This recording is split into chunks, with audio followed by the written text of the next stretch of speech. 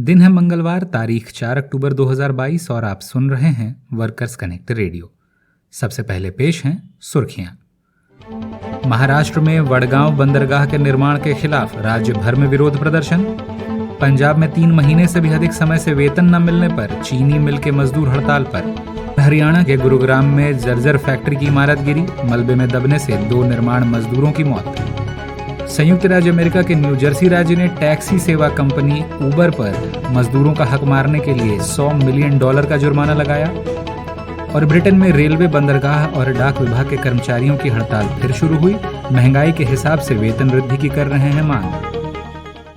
अब खबरें विस्तार से। महाराष्ट्र में मछुआरों ने वडगांव बंदरगाह के प्रस्तावित निर्माण के खिलाफ विरोध दर्ज करते हुए मुंबई की सबसे व्यस्त मछली वितरण और प्रबंधन केंद्र ससून डॉक पर काम बंद रखा। साथ ही नारपड़, वडरोई, वसई, उट्टान, सतपड़ी, तारापुर और तारकरली सहित राज्य भर में विरोध प्रदर्शन हुए। पालघर जिले के जैव संवेदनशील इलाके में इस परियोजना को पहली बार वर्ष 1998 में सर्वोच्च न्यायालय द्वारा गठित दहानू तालुका पर्यावरण संरक्षण प्राधिकरण द्वारा खारिज कर दिया गया था। इसके बाद गठित हुई सभी समितियों ने भी सिफारिश की है कि इस परियोजना को खारिज कर दिया जाए, क्योंकि समुद्री जल जीवन के नजरिए से यह एक नाजुक क्षेत्र है। बंदरगाह के निर्माण से लगभग 20,000 से अधिक परिवारों की आजीविका पर सीधा प्रभाव पड़ने की आशंका है। वहीं पंजाब के फगवाड़ा जिले में चीनी मिल मालिकों द्वारा 3 महीने से भी अधिक समय से मजदूरी का भुगतान न करने के खिलाफ हजारों मजदूर हड़ताल पर चले गए हैं। मजदूर मांग कर रहे हैं कि उन्हें कम से कम पिछले महीने की मजदूरी का भुगतान अविलंब किया जाए, क्योंकि त्योहार नजदीक हैं और वे सर तक कर्जे में डूब चुके हैं। मजदूरों ने मुख्यमंत्री से इस मामले में हस्तक्षेप करने का अनुरोध भी किया है और कहा है कि यदि उनकी समस्या का समाधान नहीं हुआ तो वे प्रदर्शन को राजधानी तक ले जाएंगे। उधर हरियाणा के गुरुग्राम जिले के उद्योग विहार फेज 1 क्षेत्र में 2 मजदूरों की तब मौत हो गई जब एक फैक्ट्री की इमारत उन पर गिर पड़ी। जर्जर इमारत को तोड़ने का काम पिछले 1 महीने से चल रहा था। मृतकों की पहचान 25 वर्षीय प्रताप और 48 वर्षीय गुड्डू के रूप में हुई है। इसके अलावा 2 मजदूर रमाकांत और सुरेंद्र गंभीर रूप से घायल हुए हैं, जिनका इलाज एक निजी अस्पताल में चल रहा है। गौरतलब है कि इस मामले में पुलिस या श्रम विभाग ने अभी तक कोई शिकायत दर्ज नहीं की है।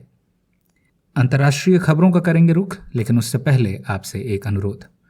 वर्कर्स कनेक्ट रेडियो एक नई पहल है और श्रोताओं तक पहुंचने की हमारी कोशिश जारी है। यदि आपको यह खबरें लाभकारी लगें तो इसे अपने जानने वालों के साथ शेयर करें। यदि यह खबरें आप हमारे YouTube चैनल पर सुन रहे हैं तो इस चैनल को सब्सक्राइब कर लें। इससे हमारे आगामी अंक की सूचना आप तक स्वयं पहुंच जाया करेगी।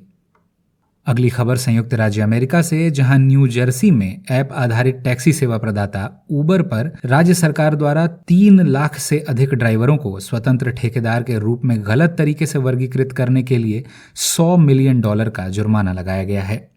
श्रम विभाग की जांच में पाया गया कि उबर ने वर्ष 2014 से 2018 तक ड्राइवरों को गिग वर्कर के रूप में गलत रूप से वर्गीकृत किया, ताकि उन्हें बेरोजगारी भत्ता, अस्थायी विकलांगता मुआवजा और पारिवारिक अवकाश बीमा जैसे महत्वपूर्ण सामाजिक सुरक्षा लाभ से वंचित किया जा सके। साथ ही कंपनी ने बेरोजगारी, अस्थायी विकलांगता और कौशल विकास के लिए सरकार को टैक्स भी नहीं दिया। उधर ब्रिटेन में रेलवे, पोत और डाक विभाग के 1,70,000 से भी अधिक मजदूर महंगाई के हिसाब से वेतन में वृद्धि की मांग को लेकर 30 सितंबर से 1 अक्टूबर के बीच 48 घंटे की हड़ताल पर रहे। हड़ताल का आह्वान communication workers union, rail maritime and transport union, transport salaried staff association और यूनाइट द यूनियन के तत्वाधान में हुआ था।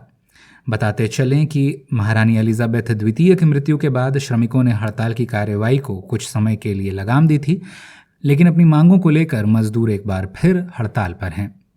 इस अंक में बस इतना ही। मजदूर जगत से जुड़ी ताज़ा तरीन खबरों के साथ शुक्रवार को फिर होती है मुलाकात। तब तक के लिए दें इजाज़त।